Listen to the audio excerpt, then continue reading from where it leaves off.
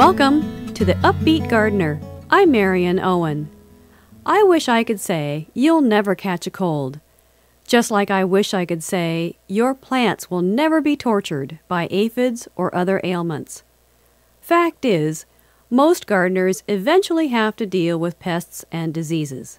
Today, we'll talk about indoor pests and how to ward them off. The source of most plant problems isn't insects or disease. It's poor care.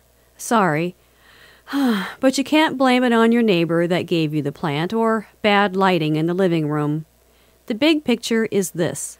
Plants that are grown under ideal conditions are far more resistant to pests and diseases when they do fall victim to them.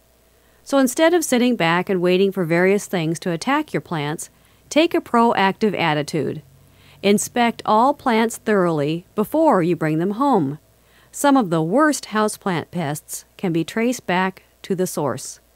Always quarantine new houseplants. Keep new arrivals away from the rest of your plants for at least a month. And if any of your resident plants show signs of weakness, bugs, or disease, isolate them too. Next, wash or wipe down your plants every 4 months and remove all yellowing or dead leaves and flowers. Another preventive measure is to screen off open windows to keep unwelcome guests from sneaking indoors. Finally, after working outdoors, don't immediately tend to your indoor plants without first washing your hands and changing your outer clothes. And so it goes for us as well as your plants. Prevention is better than the cure. For the UpBeet Gardener, I'm Marion Owen.